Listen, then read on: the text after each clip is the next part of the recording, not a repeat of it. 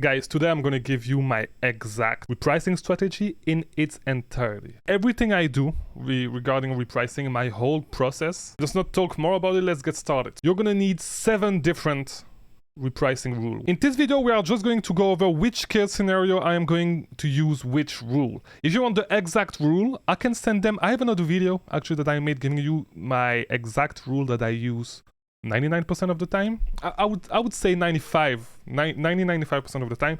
But if you want all the exact repricing rule, I will send them to you in an email. Click the link below. Give me your email, I will send it to your email directly, automatically. You're gonna need 7 repricing rules, as I said. You're gonna need 1 for FBA versus FBA. So if you have an FBA offer and the other offers are FBA, this is the rule that you're gonna use most of the time. Second, you need FBM versus FBM. So when you have an FBM offer and you're competing against FBM offers. Second, FBM when buy box rotates between FBM and FBA, because your rule is gonna act differently. Once again, I'm not using the AI repricing rule. I'm just using I just have the $25 a month membership. So this is why I guess it's way easier if you have the AI repricing rule, but I'm just fine. I'm doing around $30,000 a month and I haven't felt like I need the AI repricing rule. I'm totally fine with just those custom rules. So just as a reminder. Next, FBA when there's only FBM offers, because we do not compete with the basic FBA rules. We do not compete against FBM.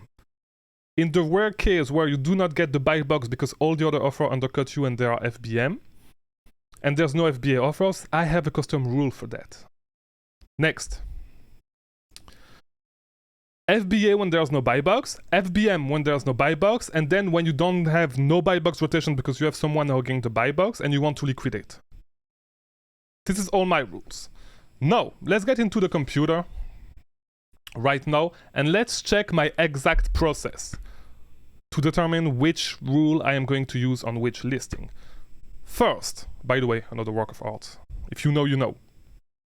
Leonardo da Vinci, Walt Disney, Chris Mangunza, whatever. This is my exact process that I put down in a process chart, a flow chart. So we are going to go through it and feel free to, you know what, I'll add this to the email. So if you want to get my exact flow chart to reference when you are doing your repricing plus my exact repricing rule, check the link below in the pinned comment and in the description. Enter your email, I will send it to you. So, first thing you need to look at, is your offer FBA or FBM? Because we are not going to use the same rule, obviously. We are going to start first with FBM because it's the easiest, okay? And this is something that you'll need to figure out for your FBA offers as well.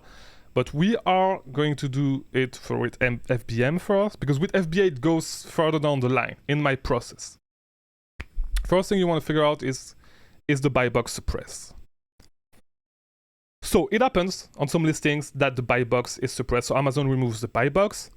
We are not going to use the same repricing rule as the others, or as the other listings. Because some people they have an option on Bqool where you can choose to do your rule to do something when the buy box is suppressed. I do not do that. Because usually when you do that, it does not give you a lot of flexibility and usually it just tanks the listing. So on those rules, the rule that I use that I call FBA match buy box, so the basic matching buy box price, the basic matching buy box rule from Bqool, it's custom, so you're going to see if you check the other video, if you get my whole repricing rules if you sign up for the email, you're going to see that it's the basic one, but it's custom. It's not the basic one, I would say. So in the basic one, this is enabled. You need to disable it, and this is why we have a specific rule for those cases, as you can see. So depending on if the buy box is suppressed or not, we are going to have 2 rules. We have one rule for FBM when there's no buy box, and if the buy box is not suppressed, we just have a rule that is FBM match the buy box. So it's going to compete with the other FBM offers, and trying to get the buy box. If you don't get the buy box with FBM, usually I don't complicate things. I either send the product to FBA or I just liquidate it by cutting the price. I'm not gonna do complicated things. This is what I do with FBM. Simplify my life. Simply, if I do not get the buy box, I just send it to FBA. That's it. Way easier. Now, and by the way, usually if you are good at sourcing products, you will not get to that point because you know which product you're gonna put as FBM, which product you're gonna put as FBA. So you should not get to that most of the time. Like 99.9% of the time, you should not get to that. Sometimes it happens. If it happens, either liquidate the product or send it to FBA. With that said, let's look at my rule for FBA. So for my FBA offers, the first thing I want to look at is the buy box rotating between FBA offers and FBM offers? If yes, I'm just gonna put I'm just gonna test the rule that I put on most of my listings, which is match buy box, FBA match buy box. Okay? I'm gonna test it, and from there I'm going to see if I get the buy box. Okay? If I get the buy box, I just wait and go back to the step above and I repeat. We go back. Is the buy box rotating? Yes, no. Let's say no, it goes to no, because this is the auto, because this process is pretty simple, as you can see. If the buy box rotates, you put FBA match buy box, and then you wait. You test it, see if it works. If you get the buy box, good, wait and go back and see if it go back to this listing once every week, once every 2 weeks, and see if it actually sells. If not, then you go to something else. But let's go up a little bit, as I said. If the buy box is not suppressed, we have a rule just for that. So FBA match buy box, this is the rule that we use most of the time. The same rule that we used right here, actually. So from there, do we get the buy box? Same step, it goes to the same step. Do we get the buy box from here? If we do, wait and go back, same thing, and just reevaluate. If you don't, if you don't at that moment, I'm sorry. If you don't get the buy box straight, you just go straight to that. But sometimes it happens that you get the buy box for 1 week, 2 weeks, 3 weeks, and then you stop getting the buy box. This is what you do at that moment. So what you're going to do is check if all the other offers are FBM, because it happened to me on some listings where I was the only FBA offers and the FBM offers were priced at a point where I did not get the buy box at all.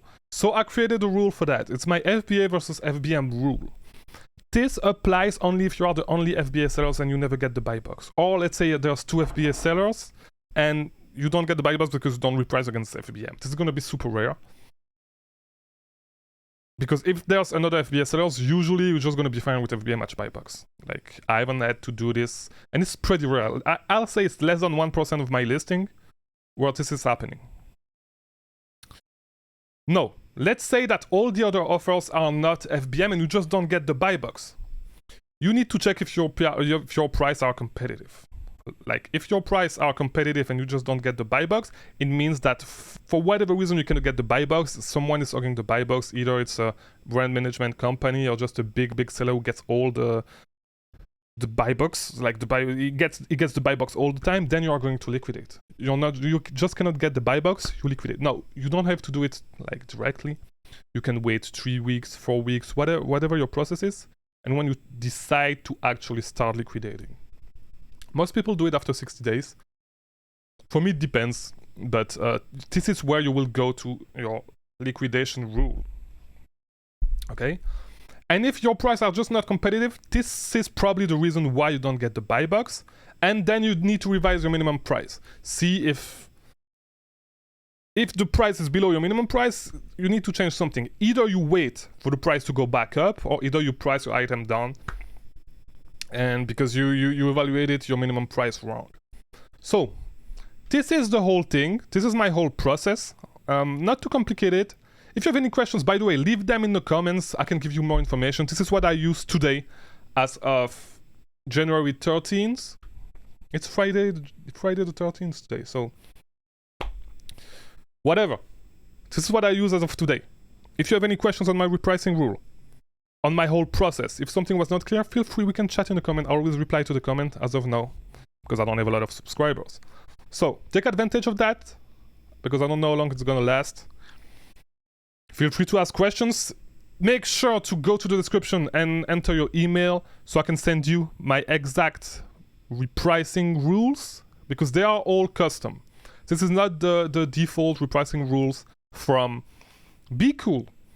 Even if you use another software, I guess you can copy them to some extent, because I've never used any other repricer. But my guess is that they work pretty much the same, so you can put the same settings and see how it works. So yeah, make sure to go to the link in the comments, get my repricer. If you have any questions, leave them in the comments. That's it for today. If you want to learn how to use Keepa to validate your leads, check out this other video, and I'll see you tomorrow. New video dropping every single day at 3 p.m. So I'll see you there. Thank you for watching.